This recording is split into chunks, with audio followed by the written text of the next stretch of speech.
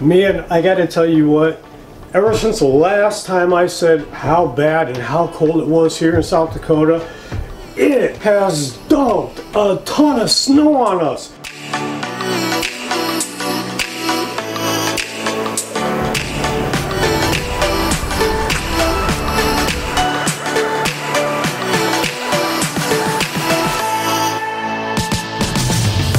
I hope you can see that rainbow up there through the sunlight. It's insane. I hope the warm weather comes soon. I'm so looking forward to spring. But in the meantime, I have got a wonderful recipe. This is a homegrown, home-cooked, down-to-earth recipe with a little twist and a little bitty kick. So I hope you enjoy this today. So let's get down to the counter and I'm going to show you how to make this. So let's go. And so these are just some of the things that we're going to add into our recipe today, and I will list all the ingredients down below in the info section, so check that out for the recipe. Anyway, I just wanted to show you. Alright, so I brought the water to a boil and I'm going to go ahead and add in my elbow macaroni noodles and get those all prepared. So I'm putting 3 cups of elbow macaroni noodles in the pan. And now I'm just going to go ahead, I'm going to let that come back up to a simmer until they're all finished. Alright, once our noodles are done, we're just going to go ahead and strain the water out, and we're going to set those aside while we put our recipe together. Okay, next we're going to cook our bacon up real quick. And you want to put in about 6 strips. I added a little bit of olive oil to that. That helps it cook a little bit better, add a little bit more flavor. So we got our bacon in the pan, it's frying up. It's going to take about 3.5 minutes, and then that'll be ready to go, and we can add that to our recipe. Cool, let's go ahead and flip these little participants here. Get them done on both sides. Ooh, that smells so good. And wow, that's hot. We'll just get all these little fellas flipped over, get the other side done, and our bacon will be ready.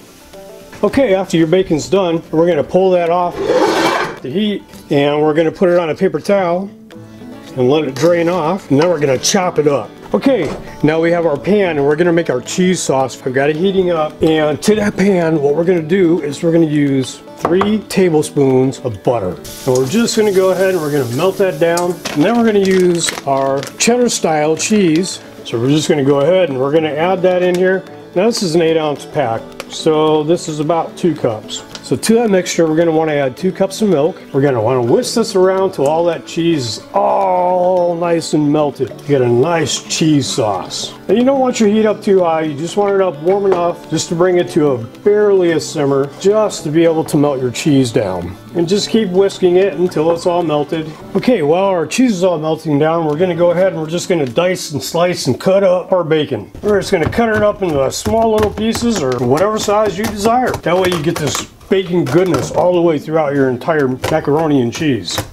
Okay, once your cheese sauce is all melted down, then what you're going to want to do is you're going to want to add your bacon in there. Oh yeah. Oh, that looks so good. So then you're going to want to add your green hatch chilies, or whatever chilies you desire. Could be jalapenos, could be ancho, could be whatever chilies you want to add.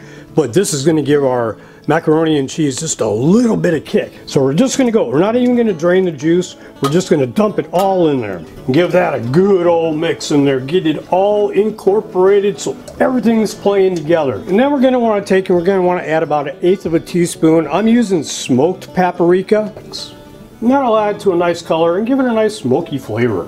And then I'm going to add some chopped onions. Now I'm going to put in about a tablespoon. And then salt and pepper to taste. I'm adding in some white pepper. I'm going to add in about 1/8 of a teaspoon. And then I'm going to add some sea salt. And I'm just going to add a little bit of salt to taste.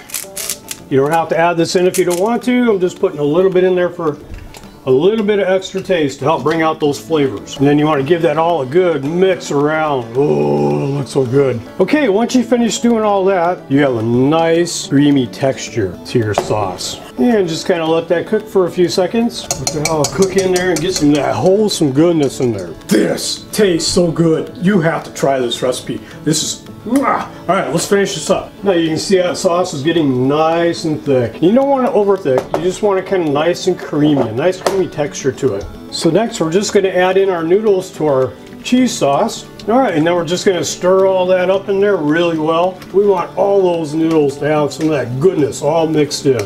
Get it all incorporated so it tastes so good. You have the flavors throughout the entire mix. Oh, so important. It's already looking good, isn't it?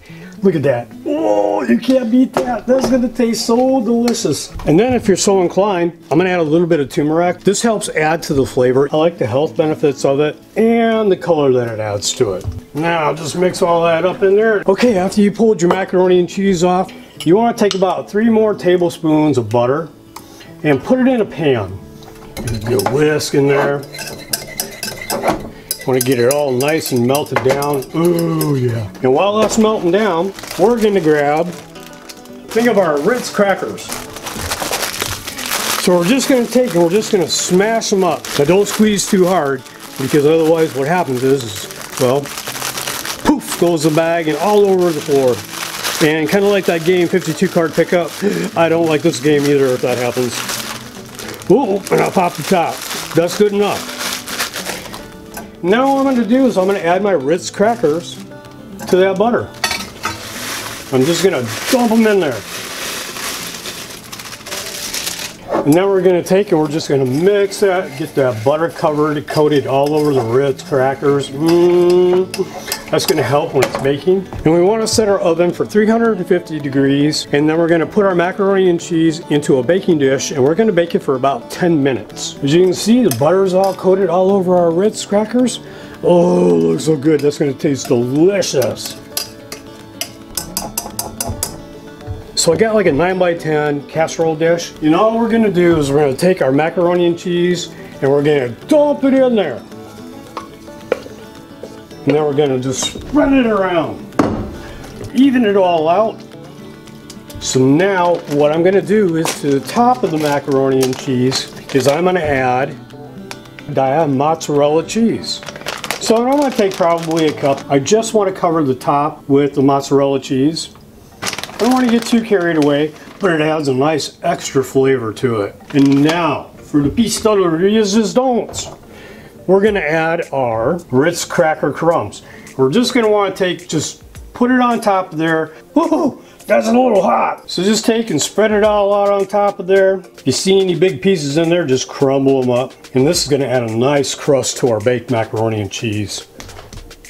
Okay, as you can see, we've added our crust. Now it doesn't cover the whole thing, but it covers throughout. That means, you know, when you get a scooped macaroni and cheese, you're gonna have that crust flavor in there. And believe me that tastes awesome. Okay, I have my oven preheating at 350 degrees, and we're gonna put this in the oven and we're gonna let it cook for 10 minutes. All right, so let's go ahead. Let's get this baby put in.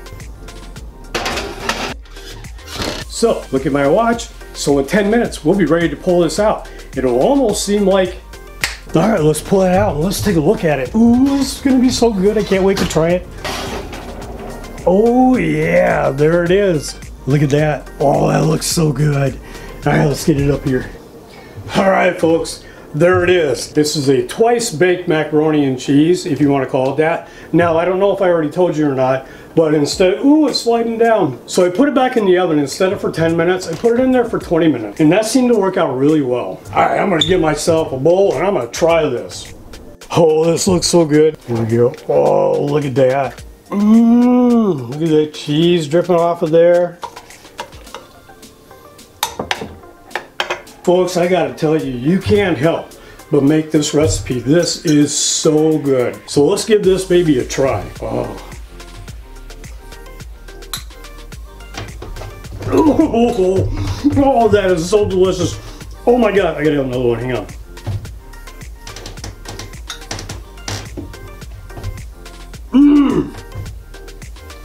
That is truly unlike any macaroni and cheese you've ever had. Hands down, probably the best macaroni and cheese you will ever have. I mean, not that you can't create something better. And of course, with this recipe, you can add anything that you want to it. Give this one a try, or you can add even more to your recipe, whatever you like. That's the beauty of a recipe. You can add whatever you want to it to make it taste however you desire. But in the meantime, I have to tell you what, this for a base recipe is just absolutely phenomenal. This is so, I mean, this is so tasty. It's so creamy. It was so good. Oh, that was a great recipe. Hey, say I want to thank you. I mean, really thank you for hanging out with me today. It was a great time. I enjoyed making that recipe for you, and I hope you give that a try because that recipe is, that is just absolutely delicious. Say, if you like this video today, don't forget, give me a thumbs up on there. And also, if you're not a subscriber, go ahead and click that subscribe button down here in the corner. And if you want to be notified of each and every video that I put out, don't forget to hit that little bell button up top. That'll let you know every time I release a new video. So until I see you again, later.